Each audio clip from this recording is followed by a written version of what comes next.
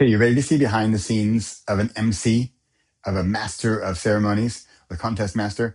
Here's the spreadsheet, and this is kind of weird because I feel like I'm boasting and look how awesome I am, and in a way, but that's the MC's role. But see, the MC is also like quietly behind the scenes, quietly keeping the show running, quietly and not so quietly keeping the energy in the room at a level that is desired, high, low, medium, right?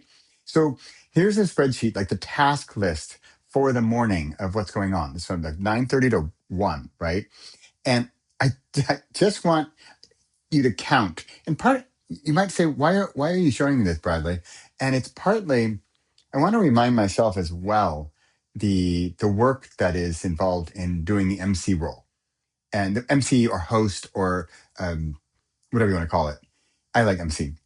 And I love the role. And you could say, Bradley, you just like being on stage. And you know what I would say to that? I'd say, you know what? I just like being on stage because I do. And I like running the show. I like being the one behind the scenes. I like being the one who is keeping things going. So just for fun, I thought you might get a kick out of this. This is the spreadsheet. I've smudged out everybody else's name, of course, but just to give you an idea of the day 2 days before I saw. And here's the interesting thing: 2 days before the event, I saw this. And I'm like, all right, I got it.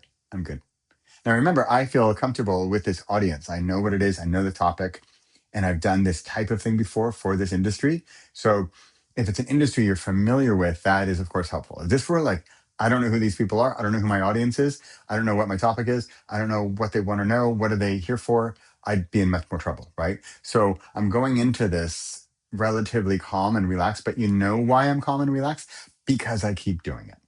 There you go. There you have it. A little behind the scenes of the life of an MC, a position, a role I really enjoy. In fact, when they asked me, it took me about a second. Like, hey, do you want to be the MC? I'm like, yeah, yeah.